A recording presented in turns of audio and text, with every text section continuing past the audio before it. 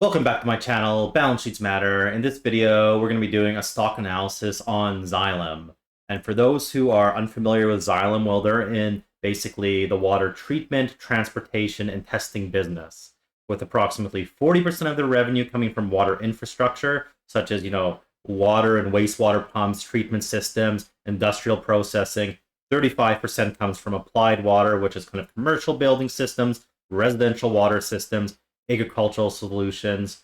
And I should also mention that they actually do the water cooling systems for AI data centers as well. So they actually do have exposure to AI and that ongoing business there. And then the final 25% of the business is more in the measurement and control systems, which is, water meters, the smart meters, you have measuring the, water usage in homes, analytical instruments, leak detection. This is something that's in the AI data centers, basically. And they're now getting into software solutions for that to be able to detect those potential leaks before they occur and damage equipment. But before we get into the full analysis, make sure to subscribe to my channel. Balance Sheets Matter. I do individual stock analysis videos. So if you like looking at individual stocks and want to get good ideas on potential stocks to buy, value traps to avoid, make sure to subscribe to the channel, and also make sure to smash that like button because it will help my video and potentially help my channel grow. So I'll do more stock analysis videos. And if you do want me to do a video and cover a stock that I haven't,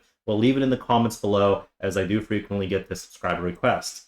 So basically, getting into Xylem Inc. here, let's look at some of the top level metrics. One of the first things is you can kind of glance at the group focus value band. This is made on a compilation of different metrics, and for predictable companies, it can sometimes be accurate, and it's saying we could be a little bit modestly undervalued. And you can see basically when it comes to PE, they're sitting at a 27.86, but their forward PE is only 20.27, implying there is going to be actually quite a bit of EPS growth going forward. And then when it comes to basically the dividends and buybacks, they have a 1.33% dividend yield. And right now, even though they sometimes do buy back some shares, it is actually negative because they did do a large acquisition in 2023, which was largely share issuance. That's what they did. So it's kind of more of a merger than a traditional acquisition they were paying in cash. So that's something we will be looking at.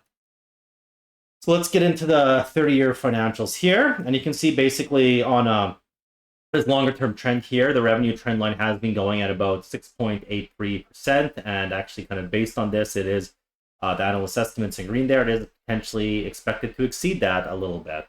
And on the per share basis, on the last 10 years, remember, when you have these little dips and everything, it kind of can sometimes be on selective basis. So you have to take it with a grain of salt, but it's been at 5.6% per share revenue growth per year, with EPS growth outpacing that at 8.7%. And when we go down, basically, one of the first things to look at, well, a lot of people like to look at it, is the return on invested capital. And while Xylem's return on invested capital does look relatively low, this is because the company largely does a lot of acquisitions, and the acquisitions basically put a lot of goodwill on the balance sheet. And because they actually do a lot of good acquisitions, most of this goodwill actually isn't written off their balance sheet, which makes their balance sheet look kind of asset heavy, and that's what's causing the return on invested capital to look a little lower. And you can see basically from 2022 to 2023, when they did this acquisition, which I was just referring to earlier, that basically did cause the return on invested capital to drop, even though when we go down to the balance sheet, you'll actually see it ended up being quite a good acquisition. So this is one of these things. You do always have to take these metrics into context when looking at stocks. And you can see basically, even before the acquisition in 2023, the revenue basically was growing at a good pace, and this is what basically created this big bump in basically revenue, was the $7.5 billion acquisition that they did in stock. And you can see the gross margin, it's sitting right now at 38.61, and historically that's sitting very good. It was like marginally lower in 2023 there, and they've got it back up, but this is pretty close to sitting near a high. It's been like slightly higher before, but they do have a lot of basically pricing power in their industry, and their margins definitely are not getting squeezed. And what I really like to see, and is really nice to see basically with Xylem here, is their operating margin. The operating margin basically has been growing over the long term. You can see over the longest term, it was basically sitting around 12%, and now they've actually been able to bump it up in the last little bit to 14.6. So this is one nice positive catalyst for Xylem, and something potentially that could happen going forward if they are able to continue with these efficiencies, basically, of not having the selling and general admin grow at the same rate as the revenue, this actually can boost the operating margins basically going forward in the future. With analysts, I can tell you they really like, and that's one of the things that'll put higher PEs basically on companies, higher multiples, is when the margins are growing along with the company. So this is one thing that we're seeing that could be potentially early in the acceleration. It's hard to say. Even if it isn't, we're at least maintaining at the 12 to 13% plus level. And then when it comes basically to the interest expense, they virtually have no net interest expense. They have a little bit of interest income, a very small amount of interest expense, and the net interest expense is $2 million. So basically, it's absolutely nothing. So debt-wise, this company is not really sitting on any significant debt at all, implying the balance sheet basically is really good in that in that perspective there. And they have an operating income of $1.3 billion, which for a company like them who does base a lot of their growth on acquisitions, this is really good because this basically gives them the opportunity, if they do want to do acquisitions in cash, they actually could take on that debt in the future if they wanted to do that. And you can see in the past, they have had higher interest expenses and they actually have basically paid it down. So I do like how the company basically has managed their debt because it does leave it basically a lot of opportunities open going in the future. And then we can basically see the net income here sitting almost close to $1 billion now, with a net margin sitting just under 11%, which is sitting on the higher side, which is really nice to basically see. And if we do see those operating margins grow, well, we could probably see this grow a little bit more going forward in the future. And right now, that basically is leaving us EPS of $4.02. And their share count, like we saw, they really haven't been having net buybacks because they did do this acquisition in 2023, which you can see basically pumped up their share count. And, that was basically the reason behind the share increase there. But if we look on kind of like the last quarter, they actually have started buying back a few shares in the last quarter. So that is basically, something we could expect them to maybe do opportunistically in the future. As you can see before, from like 2012 to 2016, they were able to, push down the share count a little bit over that time. And kind of going back into this thing of the acquisition they did is, so in 2022, their EPS was $2. After they did the acquisition, even though it was dilutive, the EPS actually jumped up quite a bit. So this is kind of one of these synergistic effects, and it's a sign of a company that is able to do good acquisitions. Since typically, when you do acquisitions and they aren't very good, and especially if they're dilutive, you may not see this type of EPS growth, but it's quite impressive. They're able to basically double their EPS from December 2022 to the current year of $1.96 to $4. So really, they do have the ability to grow through acquisitions, which is, again, just sort of cycling back why it is nice that they have a very low interest expense, because that does open that opportunity if they want to take the debt and do that in the future versus issuing shares. When we get onto their balance sheet, you'll see it's overall quite strong. You go and look basically at the current assets, $4 billion, current liabilities sitting at only 2.77. Even their total liabilities are only sitting at $5.7 billion because they just have a little bit of long-term debt, very, very little. And you can see they've actually been paying it down over the years, which is something basically nice to see. And this company is one that, because of their good performance, has traded a little bit of a higher P ratio. So rather than buying back kind of expensive shares and getting a little return there, it is nice actually seeing them pay down this debt. So they are going to be in a better position in the future to do strategic acquisitions to be able to grow going forward. At least that's one of the things I like about the company. And now getting back to the total assets, this is basically why the return on invested capital looks so bad, is because you can see they're sitting on a lot of goodwill of almost $8.3 billion. And also with the tangibles there, it's like basically sitting at over $10 billion there. And that's, you compare this to their actual plant, property, and equipment, which is actually relatively, minimal. So this is what is affecting that return on invested capital number. And even if we go back up to the income statement, you can see typically little things like this will be most often than not basically write-downs of goodwill or other basically intangibles that are non-cash basically affected. They haven't done very much of that over the time because you can see they are sitting on quite a high amount of goodwill right now. Although they have done, you see little from 2018 to 2019, for example, there was a little write-down there in the past.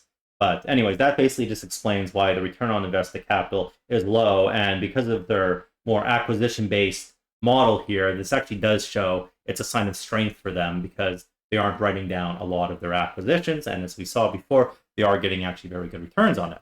And now we go into the cash flow statement. And you can see basically there's the cash flow from depreciation here, slowly rising over time. Again, they don't have a lot of actual, purchase of plant, property, and equipment. There's not always a lot to basically depreciate. And then, the actual depreciation is a little bit on the lower side in comparison.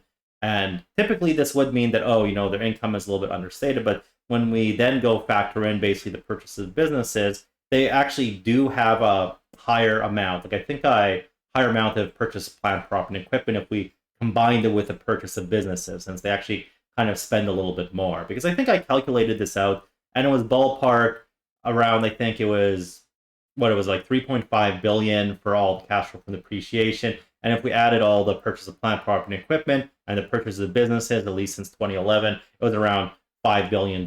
So for the amount they're growing, the amount they're kind of reinvesting in back into the company versus the cash flow from depreciation, if we kind of factor in the purchase of businesses as if they were doing that, it's pretty a normal amount being above what they are depreciating. So even though they are doing these acquisitions, it really isn't a high, actually abnormal amount of their cash flow they're using up, which is, kind of what I'm trying to say. And then we see basically stock-based compensation sitting relatively low. So that's really nice that they're not having to, issue a lot of stock because this isn't a fancy tech company or anything. And we get basically to returning the capital to shareholders. You can see in this last quarter, they actually have done a larger repurchase of stock here at $563 million. And with the stock, if you will see here, it basically is sitting a little bit on the lower side now. So this, and the PE with your forward PE of 20, it is sitting a little bit relatively cheaper than it has in the past. So it is kind of nice to see that a little bit more of strategic acquisition, or strategic buyback they've basically done versus just kind of every year, because a lot of these other years of stock, as I'll show you, is actually sitting at quite high multiples. They're not throwing a lot of money into repurchase of stock at bad prices. So kind of like seeing this, because they do have like excess basically current assets and cash on their balance sheet. So this is going to open up the opportunity, if the stock basically keeps dropping, that they would be able to more strategic repurchases of stock. And when it comes basically to the investing, like I was saying, they kind of actually do like to, what we want to look is the net issuance of debt here. They actually have been, over most years, net being basically paying back the debt, as we were basically seeing on their balance sheet there. The debt was a little bit higher before several years, and when it was higher after 2020, well, they actually aggressively paid it back down. Increased the net a little bit, aggressively started paying back down, but it's so low right now, and at almost nothing of an interest rate. They've kind of, not been focusing much on paying down the debt now, and that will probably open the ability to do some more repurchase of stock. And then basically, where does the rest of their money go? Well, they're paying it out by a dividend, which, for the free cash flow of sitting just under $1 billion, paying around $400 million in dividend is a pretty healthy amount. So there's no really reason they would ever have to, cut this. But I don't see them raising this very aggressively too, since, they probably want to keep that extra cash for either acquisitions to grow, or they can throw a little bit more into basically share buybacks. So when it gets into the valuation here, we can pop up our interactive chart, look at the revenue with estimate here, and you can kind of see how it's expected to grow at that continuous trend of about that 6% or so. But then if we bring up the EPS, the NRI growth, you can actually see it's expected to grow at quite basically a nice tick up the end of 2030 here, getting up to 793, and from basically the end of 2025, so we're basically, talking 5 years, it was sitting at only 427. So that's almost doubling their EPS growth in basically 5 years, which the analysts are estimating. And I think that for a company like this, being a more industrial company and the business they are in, the revenues are quite predictable, because one thing I didn't mention before is about 50% of their revenues basically are on, servicing and recurring income with existing clients. And a lot of these contracts they get are over very, very long periods of time. Like once they basically set up their, with a data center, for example, for, the water cooling systems, they're going to have a long servicing contract with them, or other utilities for, decades on decades going forward. So something like this actually is a very, very predictable industry going forward. And when you are dealing with these types of systems and types of industrial clients, even little effects in basically the economy probably aren't going to, kill your business or have very wild swings like potentially can happen a little bit more potentially in advertising revenue, for example, when there is like a little contraction, people basically spend less, they contract immediately. These are kind of like longer term projects and are effectively essential being in this water business. But then when it gets to the valuation here, let's pop up the P ratio. And I'm going to take away the revenue with estimate here.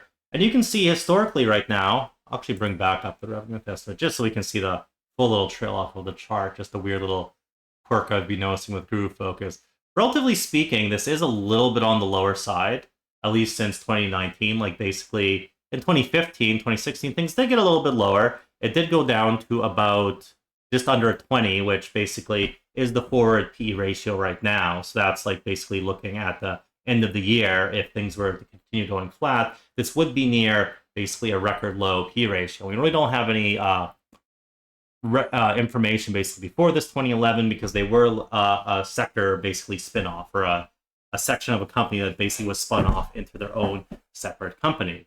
And you will see when they have had a little bit of sometimes these like growth spurts or expected growth spurts going forward, the PE has traded quite high. Like they have actually traded up to an 80 PE, and because the EPS growth, which I calculated out before, is expected to grow at about 16 compound annual growth rate going from here, that should fetch them basically a higher PE. I think things like, 50, 60, 70, 80 are a little bit too high. And a lot of this is because the revenue actually hadn't kicked in yet. They just knew it was basically going to happen going forward in the future. But even during the more normalized times, it is pretty normal for them to get up to a 40P ratio. As you can see this whole time here, from 2017 to 2018, they were trading 35 to 40P ratio. And then even in the 2023 here, if you look at some of these other things, well, this was like a 50-60. It's even, when it came down here in 2024, they were still trading above a 40 PE ratio. And if we, for example, I'm going to, which I've been doing the last few videos a little bit more here, showing basically, I hate when that happens. I put in 40 and it makes it be 4 instead. There we go. Basically, this is, if we look at the past, if everything was a 40P ratio, you can see there has been times when it has traded even above this. But even a lot of these other times, this was an achievable, basically, target on a lot of the past to basically get. And that would, signify there is a good amount of upside in the future. And if they were to kind of get a more positive catalyst, there is the potential to even go higher as well. And if we pop up dividend yield, you can see the dividend yield here sitting at 1.46. One of the things like I've always say with these charts here is, companies that pay consistent dividends and are consistent companies, if you usually buy them during the spikes of the dividend yields, which sometimes some spikes go higher than others, you're typically buying the company on the longer term perspective at a pretty good price if you're looking, 2, 3, 4, 5 years going forward. And basically at 1.46 right now, compared to these last dips here, it's the only comparable dip basically was 1.56% in 2022. In 2020, it went a little bit higher than 1.68. And, even back here, 1.7, 1.7. So, that is implying that there potentially could be a little bit more downside, but relatively speaking, this is definitely getting to be a more attractive price from this perspective. And if we prop up the price to sales ratio, tells a little bit of the same story. I'll just pop up this again so we can get that last little bit of tail off. Because the operating margins have been rising, you will expect the price to sales ratio to basically rise as well. That's why the PE ratio is at the same type of low of all these areas, but the price to sales ratio has basically been rising. And as I said before, that is one positive catalyst that basically could happen in the future is if the operating margin basically does continue to rise as it kind of has started doing. So getting into that, and before we jump into the chart here, like I did in my last video, I just started just doing this because this just gives a little bit of visualization of what potential returns are based on the end of 2030 EPS target by the analyst of 793. And you can see right now, it's like the EPS compound annual growth rate comes to almost 16%, which, for example, is pretty comparable to something like MasterCard. And I've also set basically kind of the P range at this 35 to 40 for a realistic high target, which, does basically give a good, compound annual growth rate between 22 and 25. But even if you were, to set this a little bit lower, at 25, definitely on the lower end there, you still could get, 13%. And if it were to, go higher up to 50, well, you potentially in the future could see a little bit more of an outsized return. And then we get some more into technicals here. I basically have this trend, which actually seems quite reasonable because it's only going at 12%, and the EPS compound annual growth rate is expected to basically kind of exceed that. But if you were to kind of match up what I was saying there with the high PEs and this and that, you probably would more be just focusing of seeing XYL here trade in this lower bound channel here. Because really, every time it's been on these higher ends here, is the PE was getting really, really high, above 40. So, going forward, if things, do continue being consistent, which for a company like this is something that could be expected, there is a pretty good chance that, they would basically continue trading in this channel here. And you can see basically before we were looking like, a 40 PE ratio by the end of like 2030 there. And, that's basically just in line with like here somewhere, which is, kind of like mid, probably bottom of where this channel would be extending to. And if you just even look at the moving averages, go into a little bit more of the, technicals, you can see it punctured basically the lower one there, which I think is my like 300. And we're kind of doing another puncture now. So, I've basically started dipping my toes in the stock, although it's obvious, can be quite unnerving basically buying these nice stocks that are, falling knives. But I think from the type of, high quality company they are, they have, they're looking pretty good. And, this could be an attractive, point basically for them. And especially if they get a little bit lower, then that's, definitely a time, I think to potentially start picking up a few shares if you kind of like, believe in the projections effectively going forward. But anyways, that's my stock analysis on Xylem, XYL stock. And as I said, I think it's, pretty reasonable, all right, buy here. It's kind of one of these, sleeper moderate growth companies that I think flies under a lot of people's radars. But as we've, gone into financials here, they, do basically strategic acquisitions. The balance sheet is very healthy. They're set to do more buybacks, have low debt and everything. And, it's a good overall looking company. So anyways, I hope you like that analysis. Make sure to subscribe to my channel and, like the video, and I'll see you in the next stock analysis.